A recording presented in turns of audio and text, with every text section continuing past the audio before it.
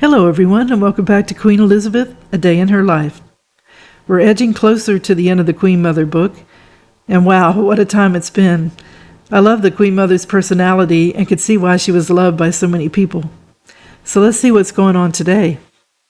The engine room at Clarence House was the equerry's room. The equerry was usually seconded from one of Queen Mother's regiments for a 2-year tour of duty at Clarence House and sat behind a large partner's desk with a telephone and an internal communications box to various parts of the house and to the news at Marlborough House. His principal tasks were to help organize the Queen Mother's private and official travel arrangements while in London and to act as host in her other homes. It wasn't a challenging role, and the Queen Mother was a forgiving employer. In the early 1970s, an equerry overslept and missed an important engagement at which he was supposed to be there. He was forgiven and got an alarm clock the next day for his pains. The equerry's office boasted a large drinks cupboard behind a door disguised by a selection of regimental histories and the like.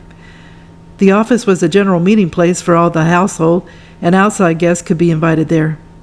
The equerry's working day would usually be interrupted at about noon when his male colleagues gathered in the room. The staff whom the Queen Mother saw the most were her maid, her hairdresser, and her 2 pages. One of the longest-serving pages, Bill Baker, had worked for her since 1927 and retired in 1975. Walter Taylor, steward at Clarence House, served for almost as long, from 1936 until his death in 1978. These 2 were succeeded by Reginald Wilcock and his friend William Talon. Queen Elizabeth relied greatly upon them both in later life. Talon was cultivated but a flamboyant man who became the great character on her staff. His off-duty behavior as a wealthy socialite raised eyebrows. With his bouffant hair, his gift for bold repartee, and his fondness for drink, he had various escapades in his private life, which might have embarrassed other employers. But if senior members of her household ever complained about his conduct, the Queen Mother would suggest to them that although their jobs were always under review, Talon's was not. After the Queen Elizabeth's death, Talon was offered large sums of money by newspapers to tell her secrets. He refused. Now that's what I call loyalty. From 1970 onwards, there was also her chef Michael Seeley, who described himself as a loquacious West Country yeoman. Seeley had been 3rd assistant chef at Buckingham Palace since Coronation's year, and the offer to work for Queen Elizabeth came, he said, out of the blue. Her taste in food was simple. He felt that came from her early childhood at Glamis. He said later that choosing the menus was a 2-way street. She loved goujons of sole and haddock, and she would have had that every night. I once tried monkfish, and she sent a message, "Tell the chef we won't have that again." She insisted on fresh food and in season. The only frozen food that Seeley ever served her were peas and Russian salads.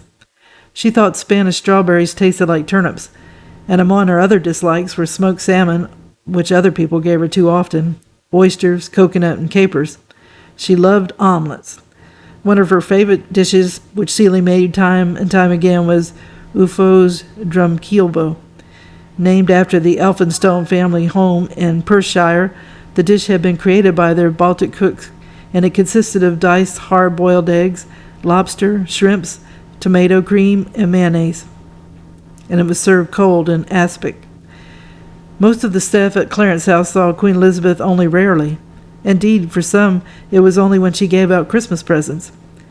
We used to call it school prize giving, recalled Lucy Murphy, who started working at Clarence House as lady clerk to the private secretary in 1967, and was still there in 2002. Everyone was allowed to choose his or her own gift, which was then presented unwrapped by the Queen Mother at individual audiences where only William Talon and the housekeeper were present. When the Queen Mother was in London, she spent many weekends as possible at Royal Lodge, the pale pink washed house in Windsor Great Park on which she and the Duke of York had lavished on much time and affection. She continued to love the house along with the new generations of the family. In the 1950s, Prince Charles and Princess Anne spent long weekends and parts of the school holidays playing in the Welch cottage, which had been given to Princess Elizabeth in 1932. In the upstairs nursery at Royal Lodge, there was still the rocking horses and many of the toys a Noah's Ark, and a host of animals, which both princesses had played with. And from the mid-1960s onwards, it was the turn of Princess Margaret's children, David and Sarah, to enjoy them. Royal Lodge was a comfortable, easy house, whose focal point was still the magnificent saloon which the Duke and Duchess of York had restored in the 1930s, and which was depicted in the National Portrait Gallery's well-known conversation piece by James Gunn, showing the King and Queen and the two princesses in 1950. The room was dominated by the five taloned, elegant French windows which gave on to the terrace. Over the fireplace hung a portrait of the lodge's original denizen, King George IV, by Sir Thomas Lawrence. Next door was the octagon room, where visitors might wait before seeing Queen Elizabeth in the saloon. There was a green marble fireplace with an old-fashioned 3-bar electric fire in the hearth, a hexagonal table piled with books, paneled walls, bookcases filled with worn-looking leather-bound sets, family photographs on the piano. The carpet with a 12-sided central panel became worn over the years by people and also by dogs. The desk by the French window was filled to overflowing with family photographs and large cachet pots of flowers. Upstairs, the bedrooms and bathrooms remained as the Duke and Duchess of York had designed them, simple and somewhat tired.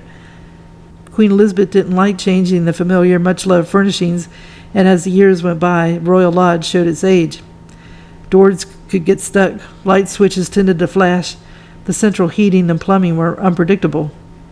All this, with the clutter of the Wellington boots and gardening clothes just inside the front door, enhanced the feeling of an old-fashioned country home living at Royal Lodge, and the sense of continuity was reflected in the garden tombstones of the corgis who had barked there before. It was here, as at her other homes, that Queen Elizabeth developed annual rituals. She would have 2 pheasant shooting weekends, and every spring she would welcome a lawn meet for the Eton College hunt, in parentheses, beagles. In March, she had what was called the musical weekend, sometimes called the geriatric weekend, with her household, where she entertained those of her friends who were less interested in shooting or fishing. In the last 2 decades of her life, the guests often included Archbishop Runcie and his wife Lindy, Peter Carrington and his wife Iona, Fitzroy and Veronica McLean, Sir John Sainsbury, merchant and philanthropist, and his wife Anya, a former principal ballerina with the Royal Ballet. And there were also other guests there as well. And while they were there, there was fine poetry and music. Poets Stephen Spender and Benjamin Betjeman and John Betjeman, actors like Sir John Gielgud, and young musicians, sometimes from the Royal College of Music. Like other guests, Spender found these weekends magical and told her, "I think you float on the pleasure that you give all those around you." Diplomat Sir Charles Johnston described the fun and games after dinner, with Lord Ballantrae playing the piano while the guests danced in and out of the room, led by that dynamic little figure of the Queen Mother, arms up in Highland attitudes, until we all got noisy and overexcited, and the ex-bishop of New York began to lose his collar. She had met the ex-bishop Horace Donegan on her trip to the United States in 1954, when she heard him preach on the importance of family life. The Queen Mother warmed to him, and once he found her, he never let her go. Bishop Donegan appreciated the martinis that flowed at Royal Lodge. One year he had so many, Lord Carrington recalled, that he was unable to remember grace when Queen Elizabeth asked him to say it. After dinner, she said to Martin Gilliatt, You really must not give him so many martinis next year." The next year I heard Martin saying to him, "Have another martini, Bish. It'll steady your nerves for grace." Royal Lodge was also the base for many of her expeditions to see horse races and attend race meetings. Horses enlivened the whole of the second half of her life. She read Sporting Life every day, and she had installed in Clarence House a rather primitive loudspeaker system, such as usually exists only in betting shops, to relay minute-by-minute news from racetracks around the country. Here, racing colors derived from those of the racing 12th Earl of Strathmore were blue with buff stripes, blue sleeves, and a black cap with a gold tassel. She brought a new excitement and glamour to steeplechasing, and she was welcomed warmly at every race course. At the end of April, there was the Whitbread Gold Cup at Sandown Park. Billy Whitbread, who had started this sponsorship, was one of those flamboyant characters she enjoyed. After attending the Derby with the Queen Mother always went to Royal Ascot and King George VI and Queen Elizabeth Stakes at the end of July. She had house parties at the Royal Lodge for the latter. And her first important race meeting of the winter was the Hennessy Gold Cup at Newbury, for which she would have a different group of friends stay at Royal Lodge. At the Ascot Christmas meeting on Saturday before Christmas, she would have a children's lunch party and the royal box for the grandchildren and the great-grandchildren of friends. It was often a disorderly affair. Martin Gilliatt was adept at making the children roar with laughter. Father Christmas drove down the race course, and crowds of children would gather round the entrance to the royal box, where the Queen and Queen Elizabeth gave out presents, sweets, and chocolates from his sack. When Christmases were at Windsor, Queen Elizabeth always went to the King George VI steeplechase at Kempton Park on Boxing Day. In addition to her regular meetings, the Queen Mother tried to go wherever she had a horse running. She and Michael Oswald, her racing manager, once went by Warwick by train, and the steward brought her tea in his own earthenware teapot instead of the standard British Rail metal one, which she didn't think was good enough. "How nice," she said, whereupon he gave it to her, and she used it thereafter at Royal Lodge, Birk Hall, and Sandringham.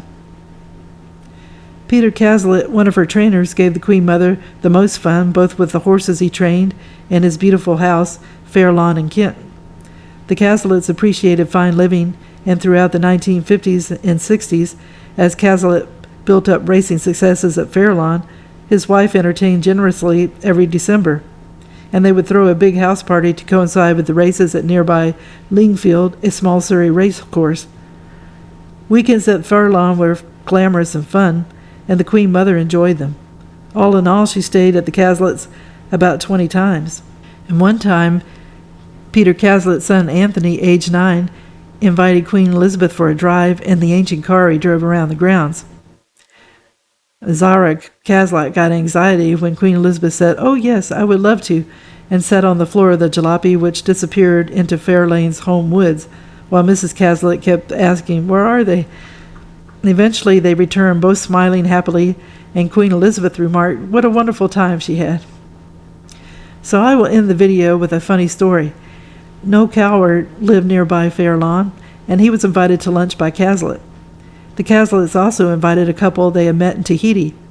The wife's father had written about the mutiny on the Bounty. They presented the Queen Mother with a Cartier box. Its contents were unexpected. It was a nail from the Bounty. Never at a loss for such moments, she received it with her usual charm. Afterwards, Noel Coward teased her for the way she exclaimed in the tones of wonderment, "Oh, a nail," as if it was a crown jewel. So I really enjoyed this episode because we got to see the Queen Mother in times when she got to relax and enjoy staying at the Royal Lodge, and how she loved things to stay the same, which led to the house looking a little run down. I also love that she used the Royal Lodge not only as a place to entertain, but also as a base for her horse racing passion. She read Sporting Life every day and installed a loudspeaker so she could hear minute-by-minute news from the racetracks around the country. That was so neat to find out because in those times there wasn't a cell phone, computers, or tablets to find out that information. I love her sense of fun and how things made her happy, even simple things like the car ride she got from a 9-year-old at the place she was staying at with friends, and she kept saying how much she enjoyed the ride, which was so nice of her. So I hope you liked the video, and if you did, if you could give it a thumbs up, it would be greatly appreciated. As I mentioned before, I created a list of merchandise from Amazon that I thought you might be interested in. If you click on the link, it takes you to the Amazon page, and if you purchase anything, I get a small commission that is of no extra cost to you. But more importantly, I want to wish everyone a good day, and tune in again soon for another episode of Queen Elizabeth, A Day in Her Life. Thank you. Bye.